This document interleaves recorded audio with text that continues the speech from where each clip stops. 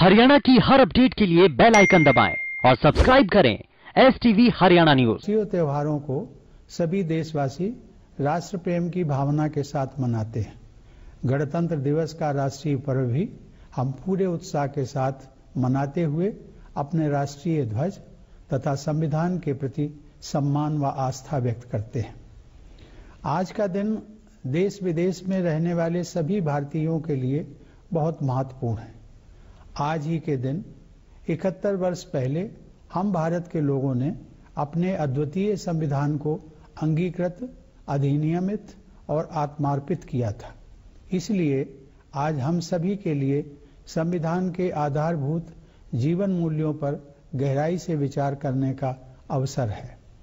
संविधान की उद्देशिका में रेखांकित न्याय, स्वतंत्रता, समता और बंधुता के जीवन मूल्य हम सबके लिए पुनीत आदर्श हैं। यह उम्मीद की जाती है कि केवल शासन की जिम्मेदारी निभाने वाले लोग ही नहीं, बल्कि हम सभी सामान्य नागरिक भी इन आदर्शों का दृढ़ता व निष्ठापूर्वक पालन करें। लोकतंत्र को आधार प्रदान करने वाली इन चारों अवधारणाओं को संविधान के आरंभ में ही प्रमुखता से रखने का निर्णय हमारे प्रबुद्ध संविधान निर्माताओं ने बहुत सोच समझकर लिया था। इन्हीं आदर्शों ने हमारे स्वतंत्रता संग्राम को भी दिशा प्रदान की थी।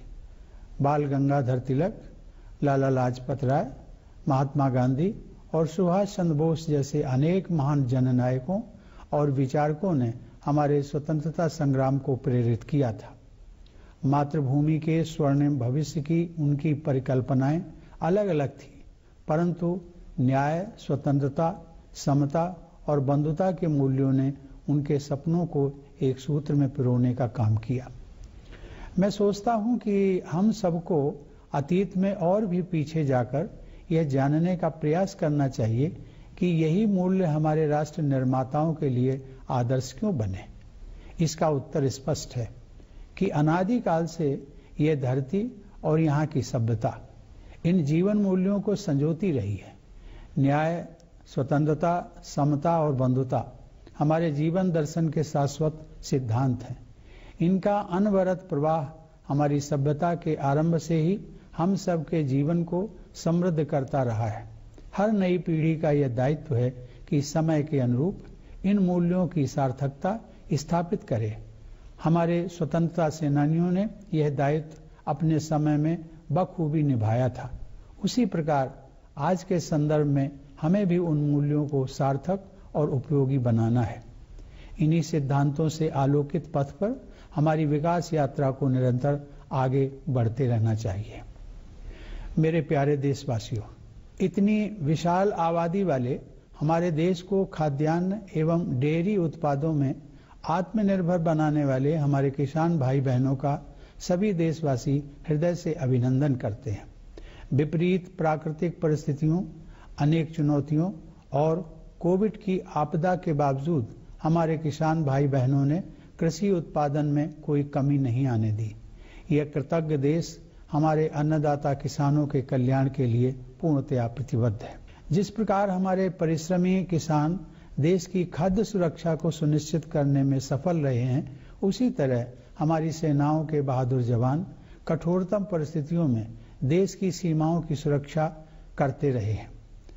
लद्दाख में स्थित सियाचिन व गलवान घाटी में -50 से 60 डिग्री सेंटीग्रेड तापमान में सब कुछ जमा देने वाली सर्दी से लेकर जैसलमेर में 50 डिग्री सेंटीग्रेड से ऊपर के तापमान में झुलसा देने वाली गर्मी में धरती, आकाश और विशाल तटीय क्षेत्रों में हमारे सेनानी भारत की सुरक्षा का दायित्व हर पल निभाते हैं।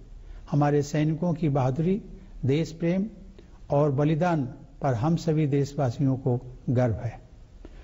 खाद्य सुरक्षा, सैन्य सुरक्षा, आपदाओं तथा बीमारी से सुरक्षा एवं विकास के विभिन्न क्षेत्रों में हमारे वैज्ञानिकों ने अपने योगदान से राष्ट्रीय प्रयासों को शक्ति दी है।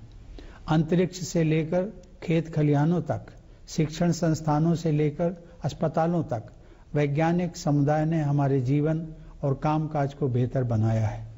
दिन रात परिश्रम करते हुए कोरोना वायरस को डीकोड करके तथा बहुत कम समय में ही वैक्सीन को विकसित करके हमारे वैज्ञानिकों ने पूरी मानवता के कल्याण हेतु एक नया इतिहास रचा है। देश में इस महामारी पर काबू पाने में तथा विकसित देशों की तुलना में मृत्यु दर को सीमित रख पाने में भी हमारे वैज्ञानिकों ने डॉक्टरों, प्रशासन तथा अन्य लोगों के साथ मिलकर अमूल्य योगदान दिया है। इस प्रकार हमारे सभी किसान, जवान और वैज्ञानिक विशेष बधाई के पात्र हैं और कृतज्ञ राष्ट्र गणतंत्र दिवस के शुभ अवसर पर इन सभी का अभिनंदन करता है। प्यारे देशवासियों, पिछले वर्ष जब पूरी मानवता एक विकराल आपदा का सामना करते हुए ठहर सी गई थी, उस दौरान मैं भारतीय संविधान के मूल तत्वों पर मनन करता रहा। मेरा मानना है कि बंधुता के हमारे संवैधानिक आदर्श के बल पर ही इस संकट का प्रभावी ढंग से सामना करना संभव हो सका है। कोरोना वायरस रूपी शत्रु के सम्मुख देशवासियों ने परिवार की तरह एकजुट होकर अनुकरणीय त्याग, सेवा और बलिदान का परिचय देते हुए एक दूसरे की रक्षा की है। मैं यहाँ उन डॉक्टरों, नर्सों, स्वास्थ्य कर्मियों, स्वास्थ्य सेवाओं से जुड़े प्रशासकों और सफाई कर्मियों का उल्लेख करना चाहता हूँ, जिन्होंने अपनी जान जोखिम में डालकर पीड़ितों की देखभाल की है। बहुतों ने तो अपने प्राण भी गंवा दिए।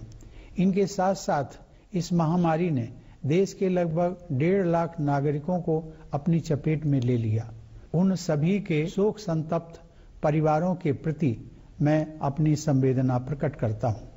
कोरोना के मोर्चे पर अग्रिम पंक्ति के योद्धाओं के रूप में हमारे साधारण नागरिकों ने असाधारण योगदान दिया है। आने वाली पीढ़ियों के लोग जब इस दौर का इतिहास जानेंगे तो इस आकस्मिक संकट का जिस साहस के साथ आप सब ने सामना किया है, उसके प्रति वे श्रद्धा से नतमस्तक हो जाएंगे।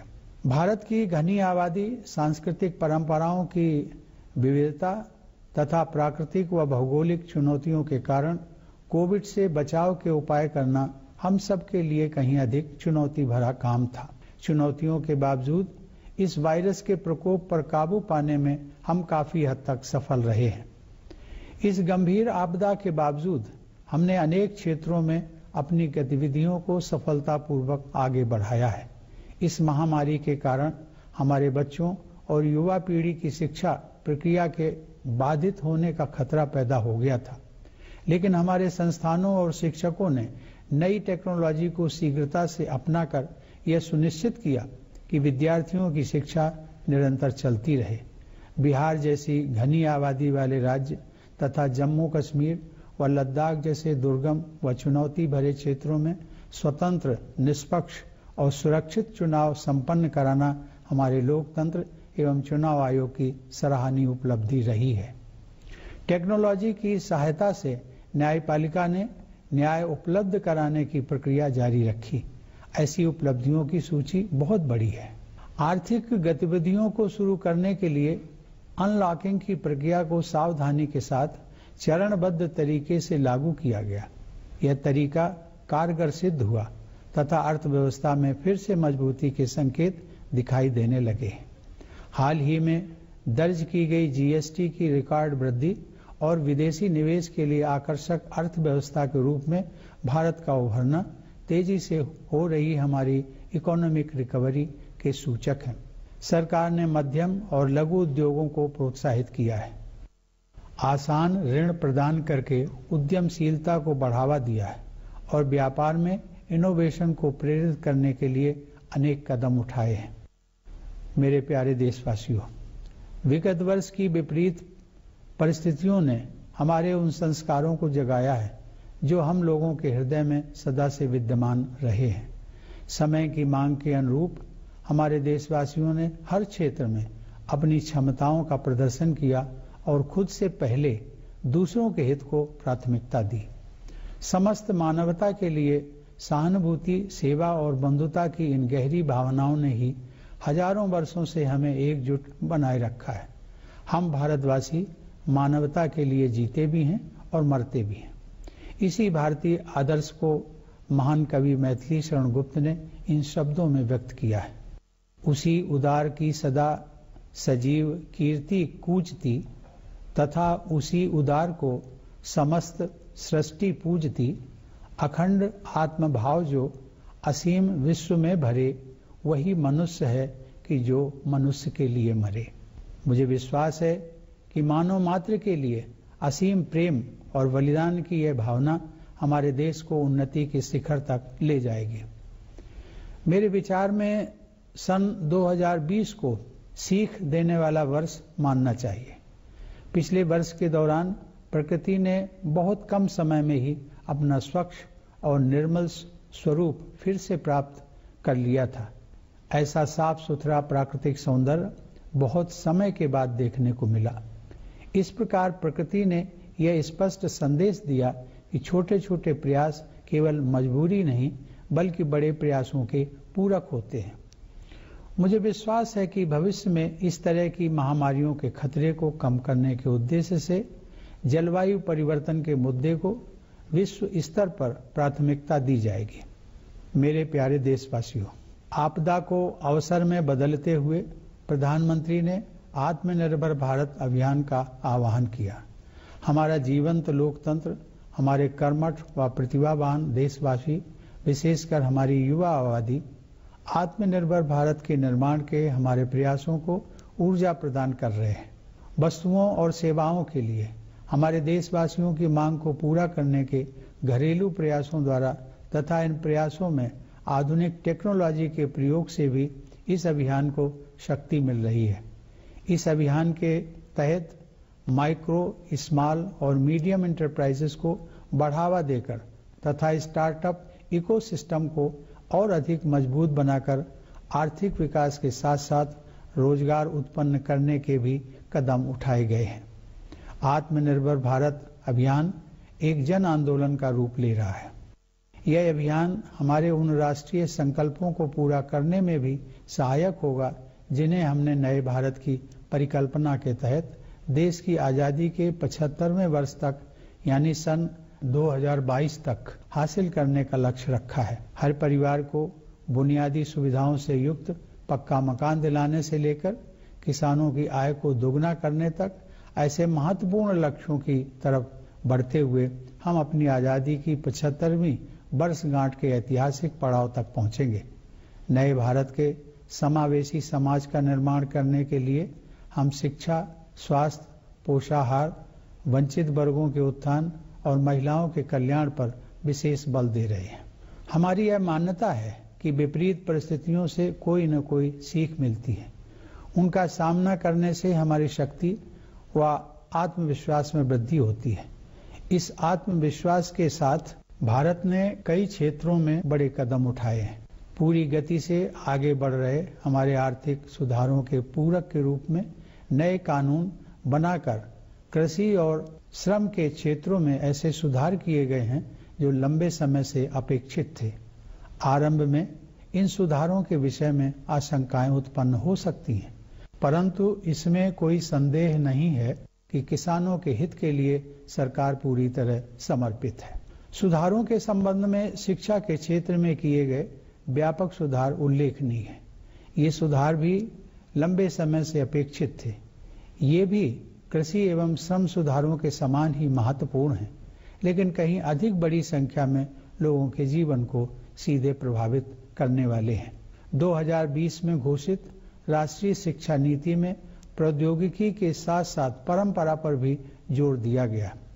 इसके द्वारा एक ऐसे नए भारत की आधारशिला रखी गई है जो अंतर्राष्ट्रीय मंच पर ज्ञान केंद्र के रूप में उभरने की आकांक्षा रखता है।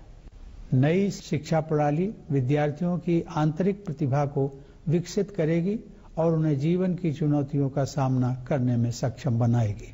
सभी क्षेत्रों में संकल्प और दृढ़ता के साथ आगे बढ़ते जाने के अच्छे परिणाम सामने आ रहे हैं। कोरोना की लगभग एक वर्ष की अप्रत्याशित अग्नि परीक्षा के बावजूद भारत हताश नहीं हुआ है, बल्कि आत्मविश्वास से भरपूर होकर उभरा है। हमारे देश में आर्थिक मंदी थोड़े समय के लिए ही रही। अब हमारी अर्थव्यवस्था पुनः गतिशील हो गई है। आत्मनिर्भर भारत ने कोरोना वायरस से बचाव के लिए अपनी खुद की वैक्सीन भी बना ली है। अब विशाल पैमाने पर टीकाकरण का जो अभियान चल रहा है वह इतिहास में अपनी तरह का सबसे बड़ा प्रकल्प होगा। इस प्रकल्प को सफल बनाने में प्रशासन एवं स्वास्थ्य सेवाओं से जुड़े लोग पूरी तत्परता से कार्यरत हैं। मैं देशवासियों से आग्रह करता हूं कि आप सब दिशा निर्देशों के अनुरूप अपने स्वास्थ्य के हित में इस वैक्सीन रूपी संजीवनी का लाभ अवश्य उठाएं और इसे जरूर लगवाएं। आपका स्वास्थ्य ही आपकी उन्नति के रास्ते खोलता है। आज भारत को सही अर्थों में फार्मेसी ऑफ द वर्ल्ड कहा जा रहा है, क्योंकि हम अनेक देशों के लोगों की पीड़ा को कम करने और महामारी पर काबू पाने के लिए दवाएं तथा स्वास्थ्य सेवा के अन्य उपकरण विश्व के कोने कोने में उपलब्ध कराते रहे हैं। अब हम वैक्सीन भी अन्य देशों को उपलब्ध करा रहे हैं।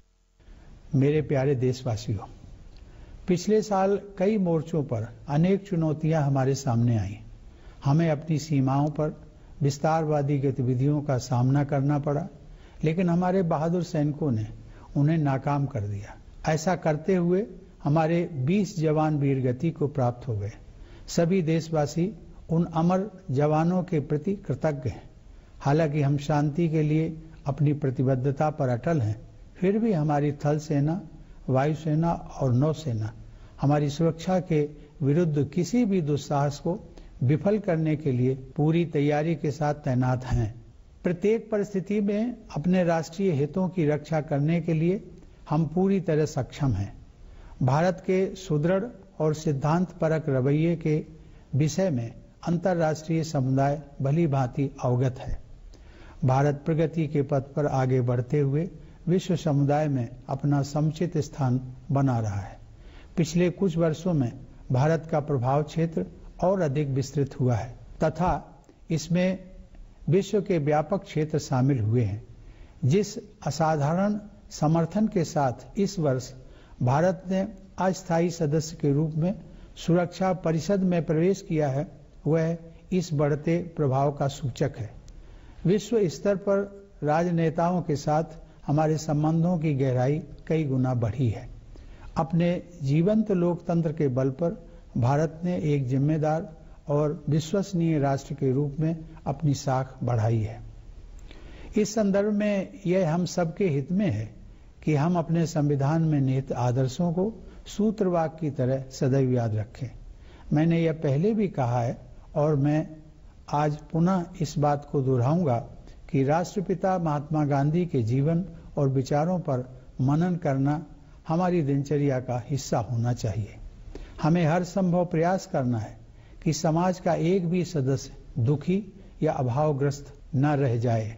समता हमारे गणतंत्र के महान यज्ञ का बीज मंत्र है।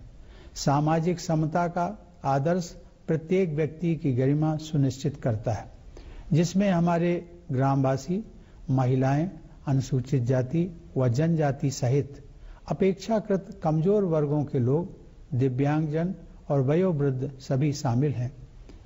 आर्थिक समता का आदर्श सभी के लिए अवसर की समानता और पीछे रह गए लोगों की सहायता सुनिश्चित करने के हमारे संवैधानिक दायित्व को स्पष्ट करता है।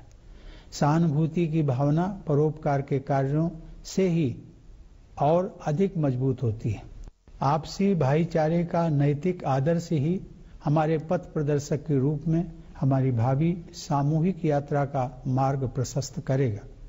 हम सबको संवैधानिक नैतिकता के उस पथ पर निरंतर चलते रहना है, जिसका उल्लेख बाबा साहब डॉक्टर भीमराव आम्बेडकर ने 4 नवंबर 1948 को संविधान के प्रारूप को प्रस्तुत करते समय संविधान सभा के अपने भाषण में किया था।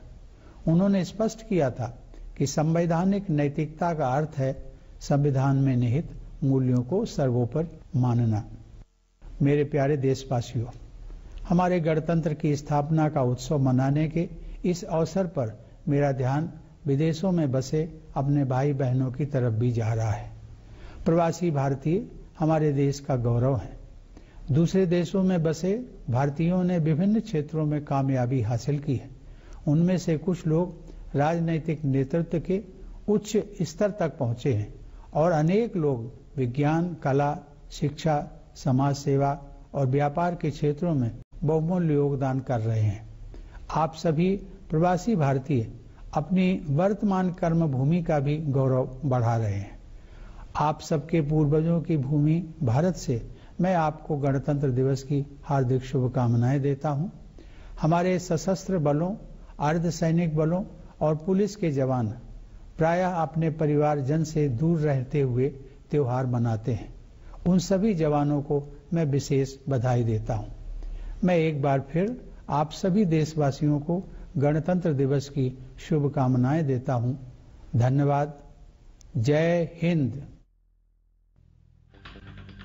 और देश के नाम राष्ट्रपति का संबोधन जिसको आप सुन रहे थे, और उन्होंने बताया कि अभी तक आप कोरोना संक्रमण के इस दौर में 2020 का साल कैसा रहा।